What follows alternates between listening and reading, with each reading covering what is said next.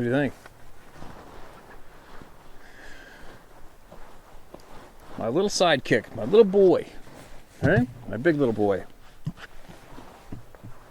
It's like a frickin' puppy dog. You know, listen to some emails.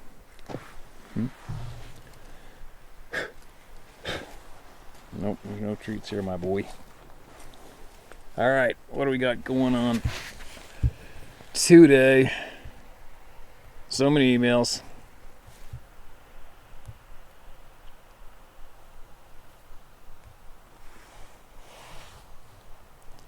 All right, listen to this, you guys. I had a bit of a grumpy day today. I gotta vent a little bit. I was looking for a specific boat that I've been after for a while. It's hard to get without traveling to Florida, and found one in Seattle. And our government is such a mess. Our government's so embarrassing. I must have phoned 6 1-800 numbers for our government for border inquiries, border patrol, whatever. And not one. I got told flat out that our government offices don't answer the phone. They don't answer the phone, period. Vancouver. I drove 2 and a bit hours to go all the way to YVR International Airport in Vancouver so I could speak directly to somebody there to find out if I could fly to Seattle, travel to where the boat's for sale, jump in the boat, buy it, and run it back in the ocean. That's all I needed to know. And then so I could try to line up this deal. And was going through hell just to find that out. And then I go to the airport. Nobody's in the border security office. Like there's a bunch of chairs there in the lineup, you know, for people to sit and wait. Not one person in there. 3 people working behind the computers in the office. Told them what I needed. All of them looked at me with a freaking glazed over look. Oh, I don't know. And I go, well, actually, I came down here just to find out if there's anybody smart working in here that I could speak to. Is there anybody smart here? Trust me, I might have sounded like a bit of a dick thing to say, but I couldn't help it. Think about it. You guys don't know what you're doing, and I'm actually in the customs office at the border control for an international airport, and you haven't a clue. And you won't answer your phones. So I finally got it all squared away. I ended up finding the correct person to talk to, which wasn't there. And then I phoned to go see if I could pursue this deal. That boat sold. Shit. So I was getting all prepped up to get enough homework stacked up to do at home while I had to quarantine for 2 weeks after I brought the boat back. I'm kind of like, just took a punch to the face. That means you're going to get sweatier and sweatier every day, right? Right? Anyways, that's my little rant for the day. Don't bite me. Let's see what we got going on here. We'll share an email or 3 or 4. All right, listen to this. Sorry for the multiple emails. I noticed a small grammatical error in the first email I'd sent you. Please read this one instead. Okay. Hi, Steve. Great show. Hopefully you don't get censored for telling the truth. I've been a Sasquatch enthusiast for as long as I can remember. I've even written a screenplay about them. Bracket space Sasquatch bracket. However, I'm not writing to promote a screenplay or share a Sasquatch encounter. I'd like to share 2 stories of mine that are similar to stories you previously shared.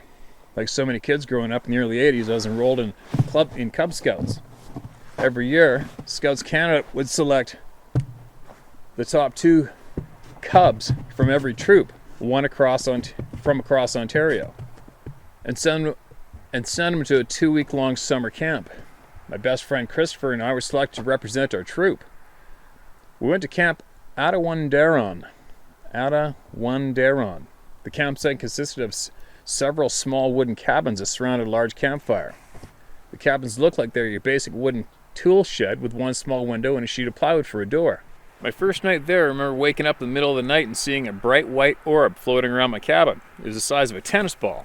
However, it would slightly morph just a little as it slowly maneuvered around. I was scared yet curious as I lay perfectly still in my sleeping bag pretending my eyes were closed. I knew it wasn't a flashlight. It couldn't be. The plywood door was closed and the only window was covered with burlap. The orb floated around for about a minute or 2, then vanished through the wall, like a ghost. I sat up and looked around to see if anyone else had witnessed it. Unfortunately, I was the only one awake. The orb returned several times throughout the night. Needless to say, I didn't sleep very well. The next day I told Christopher about the orb. He believed me. He wasn't even skeptical. That night, Christopher said he'd stay awake and keep watch. I appreciated the fact that he'd do that for me. I tried to fall asleep but couldn't. About 20 minutes later I noticed Christopher had fallen asleep, fast asleep. I eventually fell asleep. A couple of hours later I remember being woken up by Christopher grabbing hold of my forearm. The orb was back. We both watched as the orb slowly circled around our cabin. I could feel Christopher's grip on my forearm getting tighter as the orb slowly hovered over us. The orb disappeared through the wall, and Christopher jumped up screaming. He burst through the plywood door and ran barefoot to the leader's main cabin. I was right behind him. When the leaders asked us what happened, I told them about the orb. One of the leaders said, "It's back again." Another one said, "I told you guys not to let anyone sleep in that cabin." Inside my head, I was thinking, how many times does this happen? Other kids gathered around us wondering what had happened. The leader looked at us and said, "It was a flashlight. Go back to bed." They vacated everyone from my cabin, and moved us into a different one. They wouldn't let anyone sleep in that cabin for the remainder of the week. Why move us out if it was only a flashlight? My Uncle Randy is full-blooded Ojibwe. I told him about the orb. He said his ancestors used to talk about the White Witch of the Woods, a white ball of light that would travel through the dark woods at night. I thought I'd share my story with you after seeing video of the white lights in the woods. Now for the main story. Gulf Breeze UFO, St. Petersburg, Florida, March 1988. I had just turned 15. My family and I were visiting grandparents. They used to lease a trailer in Florida. It was around 9:30 p.m. I was sitting outside when all of a sudden, the hairs on the back of my neck suddenly stood up. I looked straight up and found myself staring directly into the underbelly of a UFO. Thinking I was about to be abducted, I ran to the trailer. I stood on the steps with my hand firmly gripping the door handle. I was in complete awe as I watched the UFO silently float by. The UFO was circular, about the size of a UFC octagon. Titanium in color, in the center of the underbelly had bright white circle light. It was flying exceedingly low, slightly above the power lines, approximately 20 meters off the ground. It was so close I could see what appeared to be a black diamond-shaped windows and strange symbols engraved in the side. I opened the trailer door and yelled, "There's a UFO outside." By the time everyone had gotten outside, it was already a couple blocks away. I asked if we could get in the car and chase it. Unfortunately, everyone had been drinking that night. I went inside and immediately drew multiple pictures of what I had saw. About a year or so later, I was in my parents' basement watching Unsolved Mysteries. They were doing a show from Tampa Bay, Florida. They were talking about the Gulf Breeze UFO. I immediately recognized the UFO and ran upstairs to show my parents. They were a little skeptical, so I ran back downstairs and grabbed the pictures I had drawn from the night I saw it. My mom looked at my drawings and said to my dad, "Jim, this looks a lot like what was on TV." Ed Walters, a contractor from Florida, managed to videotape the UFO. He also photographed it with a Polaroid camera. Ed wrote a book called The Gulf Breeze UFO and even appeared on Oprah. I went to my local library and signed out Ed's book. I was so thankful to see Ed's photographs of the UFO. I could now validate what I witnessed. However, the naysayers accused Ed of hoaxing the entire thing, claiming he used a tiny model. They totally discredited him, along with the more than 2,000 other eyewitnesses, myself included. When something the size of a UFO octagon slowly floats over your head at an exceedingly low altitude, there's no way of mistaking it for a tiny model. When I tell my friends about the Gulf Breeze UFO, they'll Google it, then tell me it's a hoax. Sound familiar? I know what I saw that night, and I'm more than willing to take a lie detector test. I thought I'd share these stories with you. Thanks for doing what you do. Kind regards, Andrew Barber. All right, Andrew.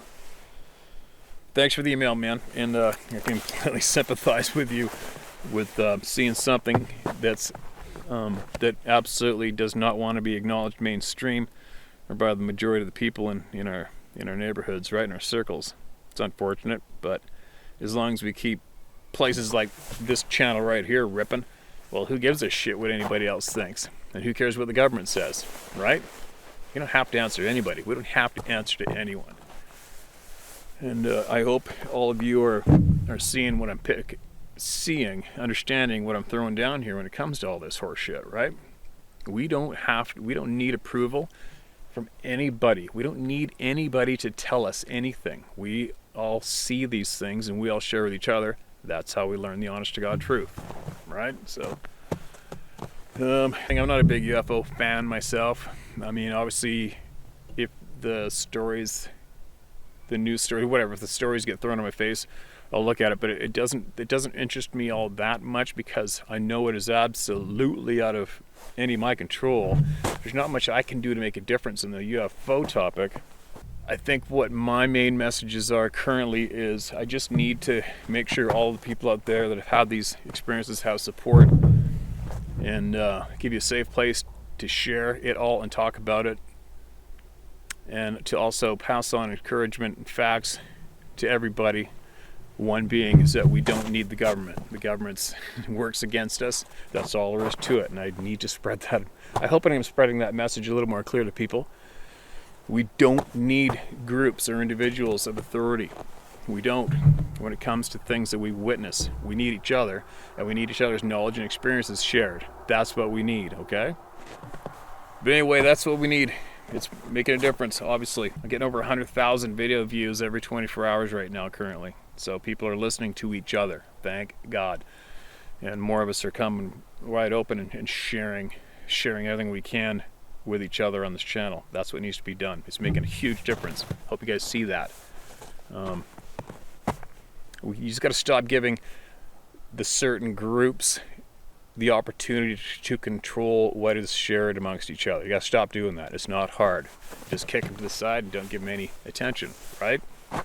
I haven't watched mainstream news for frickin' ever, especially Canadian news. I don't listen to it. I listen to very, very few mainstream channels when it comes to current events or what's going on in the real world. I am 100% focused on the people, and I am 100% focused on people who I feel are very, very intelligent and very honest. There's not that many of them, but there's a handful I got corralled up now, and my group is getting larger. For certain.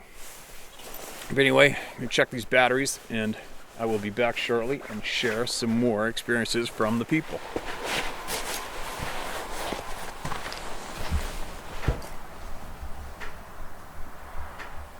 Okay, here we go. We got a question coming up. Actually, no. So you guys know, we had a how to hunt store. I shut it down, not over a year ago, a couple years ago. It's just too much of a pain in the butt. Too many other things on the go, but I bought a bunch of these hats, these mossy oak hats, a handful of years ago. I got them from a place on McFarland in Tuscaloosa, Alabama, and I got to figure out, we're going to crack it open again and get a bunch of makes. This is the last one. It's falling apart. It's driving me nuts, and all my friends and everybody bugging me for all the time, for like a few years, when am I going to get more hats, and haven't got around to it. But if anybody knows of where a good outlet is to get these quality mossy oak hats, let me know. Because that's one of the frustrating things I've found for me is I just don't know where to buy all this shit. And I ordered a bunch of stuff a year ago again, and a lot of stuff was garbage. Actually, I know Cuz Strickland at Mossy Oak. Maybe I'll give Cuz a message tonight and see if he's got a line where I could buy a bunch of these things, bulk off them, and then I'll let you guys know when they're available again. And I'll do it. We had a whole bunch of blacktail hunter stuff out too, stickers and hats that were really popular as well. And then I ran out of the stuff and just shut it down for a bit because it's too busy. But just so you know, I know I get hounded all the time. We'll crack it open again eventually. Here pretty quick. I'll send Cuz a message tonight and see what he says. Alright? One little message I wanted to get out. Anyways, get some of this. What do we got? Hi Steve. There's a question I need to ask. I know you won't scoff at me, but even so, it's taken me a while to get to this point of even asking. My wife got me following you, and I'm grateful for that. On one of your posts, you mentioned large cats, specifically their silent approach. So my question before the story is, would a cat slam into a person, knock them down on a trail some 15 feet, and never be seen or heard before, during, or after? I've heard they hunt deer that way, knock them down, then turning around and turning back on them. If you're interested, here's why I ask. In the spring 2019, I was fishing alone in my favorite dry fly waters. It's in the Pacific Northwest rainforest. Been fishing this place for 29 plus years. While rigging up in my truck, there's a very loud, powerful tree snap. I walked towards the origin of the noise and didn't hear or see anything moving. I only think about this in hindsight, trying to figure out this out. I'll note the wind was calm. Since I was going the other way to fish, I just went ahead and didn't think much more of it, other than feeling a little bit of uneasy. I had a successful session, catching 12 cutthroat, and I was content. I didn't feel like making another crossing, so I decided to call it a day. After hiking back up to the rig and getting out of my waders, I decided to take a short hike from where I was parked. I grabbed some jerky and cracked a Rainier. my first and only beer. I was walking slowly in a heavily wooded level section of trail when I was slammed from behind by God knows what. I remember getting hit, but most of all, the velocity and acceleration. I was sprawled face down. I got to my knees for a couple of minutes and just looked around completely stunned. I never saw, heard, or smelled anything. It was like a ghost had body checked me. I got to my feet and walked back up the trail a few yards looking for some explanation. The trail was bare and smooth. Then I noticed my feet were getting wet.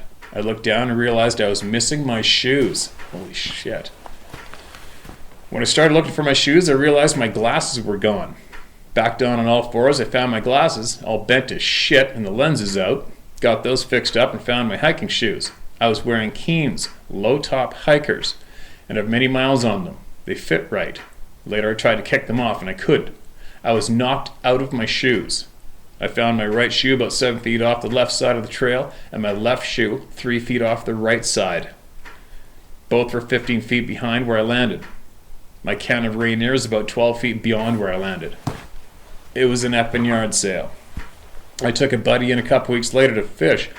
On the way in, he stopped in the trail, just froze up looking around. I laughed my ass off because it was exactly where I got tagged. I told him what had happened, but not where. I asked him to check the trail, just confirming there was nothing to trip on.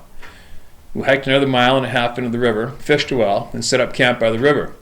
I didn't realize how on edge he was until later that night. We were cooking some steaks, having a beer, when a huge rock hit the river so hard you could hear it hit the bottom in 3 to 4 feet of water. My buddy snapped and fired his .40 twice at the river before I could blink. When our ears quit ringing, we could hear some high-pitched vocalizations every 45 or so seconds. Each one is notably further away than the last until it was quiet again. We finished eating and bullshitting, then hit the hammocks. We fished the first half of the next day, then broke camp, started packing out. When we got to the place in the trail where I got blasted, it was no longer clear but covered with several branches.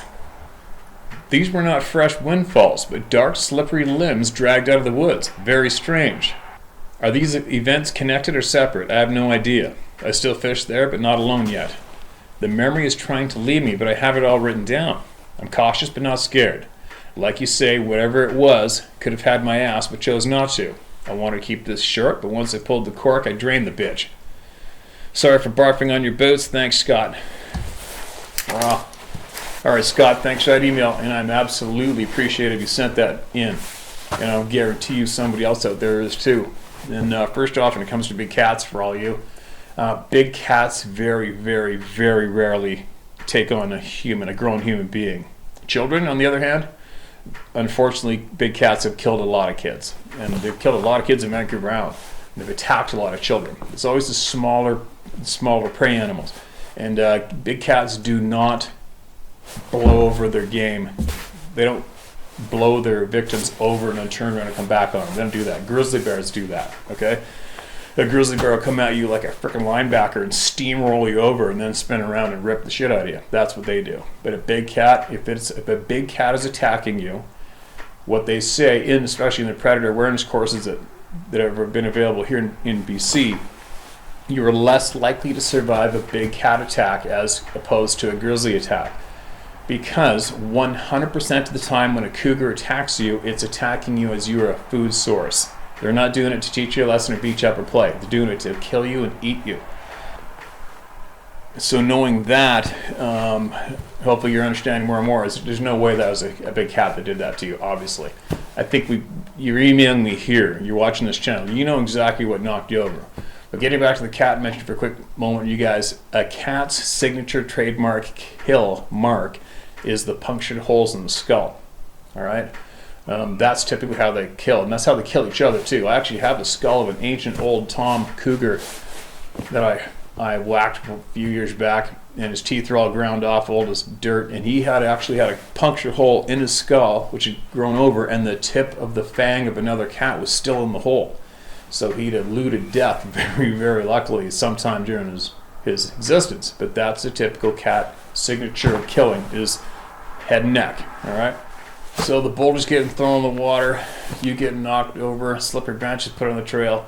It just sounds to me like possibly one of these young beings was possibly trying to flex his muscles and bully you a little bit or scare the shit out of you, because it sounds to me like when your buddy let rip that gun, that called him on their bluff. Obviously, if something comes up from behind you and blows you over like that, that's a bit of a coward bully move in a way, right? Did it without you looking, did it from behind. I'm just throwing these thoughts out there, all right? Trying to picture what kind of a being who would do that and how they would react if you started flexing your muscles back. So possibly that handgun going off instantly made them go, ooh, holy shit, they mean business too. All right, screw that right out of here. It's possibly what happened. I don't know. I'm not an expert, man, but from knowing how your typical bully reacts or coward act, which that sounds like to me, that's possibly what went down, right? And what a shitty experience. I'm glad you shared that one, because I'm glad we could have shared that. It's a bit of a new flavor out there. But if it's happened once, it's probably happened to somebody else. So if any of you out there listening to this particular video has a similar story or experience of something blowing you out of your frickin' shoes in the forest on a trail, see if you can email that story into me, and we'll share it with everybody and see if it sounds similar, familiar. All right.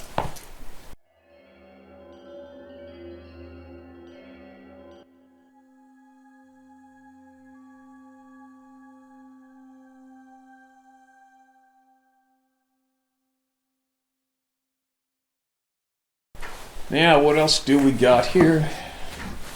Before I go sweat these horses up.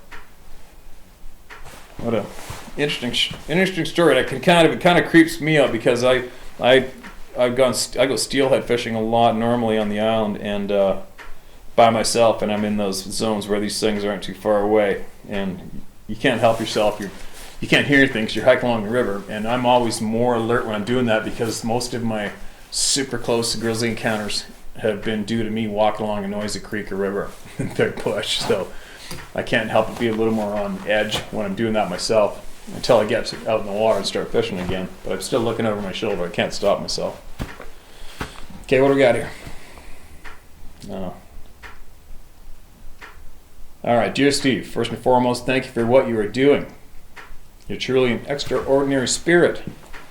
Thanks for the kind words. I think we all are, though, aren't we? But thank you for that.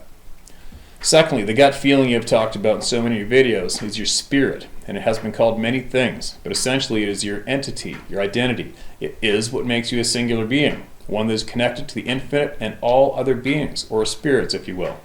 All living creatures have a spirit and are evolving just as we humans are. So, some of them evolve at a much slower rate, and some are at a faster rate. For instance, your buddy Macaroni, his spirit connected with yours in a profound way. I've had the same experience with several of my dogs.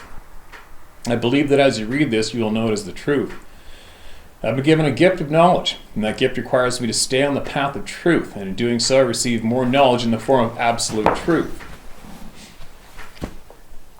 The truth has literally and physically set me free. I have no fear in an absolute way. I know exactly where we came from, how we have evolved over many thousands of years, why we're at a place we are in the presence, and where we are going. The amazing thing is, each and every spirit has the same knowledge. All we have to do is listen to our spirit, because it cannot lie. Our spirit is connected to all spirits, all other spirits. I personally speak to my spirit for guidance and answers to questions, and amazingly enough, I always get the reply. Your spirit knows that I'm speaking the truth, and your grandfather's spirit speaks to you in volumes. I know this all to be true. Another thing, something that has helped me follow the path of pure heart, you'll also know this to be true, for it has been said in many different ways, and your spirit will confirm this truth. On our path, we will encounter the two primary forces around us, and they have a trinity of attributes, with 6 primaries, 3 on each polar side: love, gratefulness, and forgiveness on the side that provides pure heart. Then you have the polar side that provides pain and suffering, fear, greed, and ignorance. If you find a place in your path that is difficult to navigate, look at it in a way which polar side does it support. Now, with regards to Sasquatch, this is a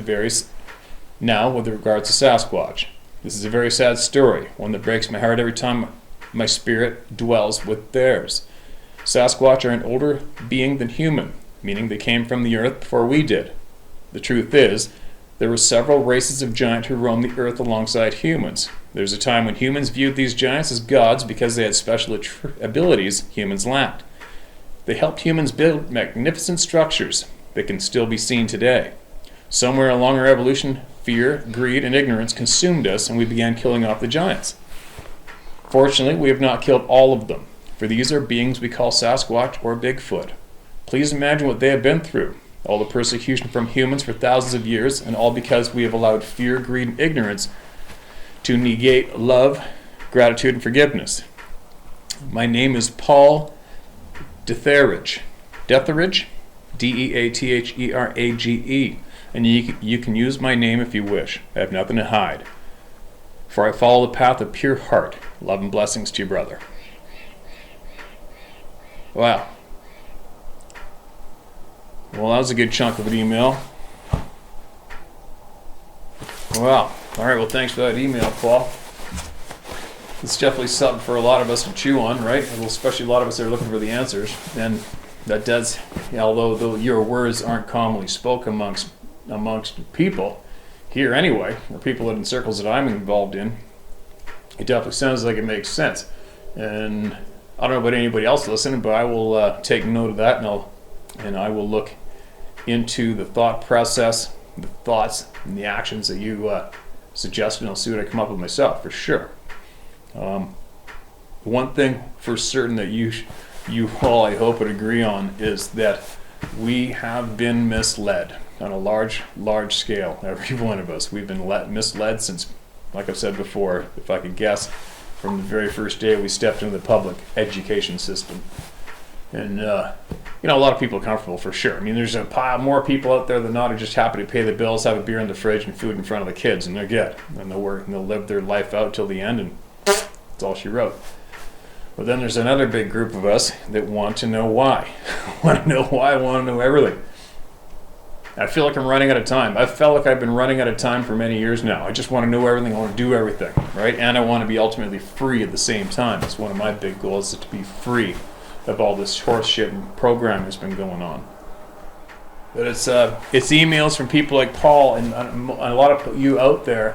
It's emails that you guys sharing your wisdom and experience with all of us here, which is going to help a lot of us possibly obtain that freedom, right? But it's emails from people like Paul and many of you others out there.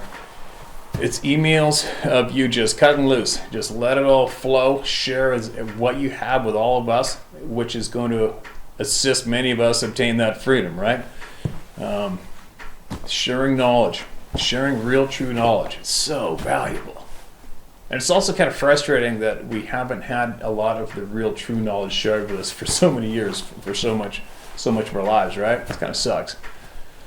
But I know I'm gaining a lot more knowledge since we've been starting to get everybody to openly share their knowledge here. It's really, really helping me a lot. It's helping a lot of others a lot too. And you can see the confidence in people with what they're sharing, right? Many people are coming here and just letting it all rip, no matter how eye-opening or mind-boggling it may sound. They're sharing it, and it's up to you to take from these experiences and knowledge what you will, and do with it as you will, right? Nobody's dictating or preaching anything here. Nobody's trying to control anybody. Nobody's trying to shut anybody up. It's free flow knowledge here from good, honest, hardworking people, which is absolute gold.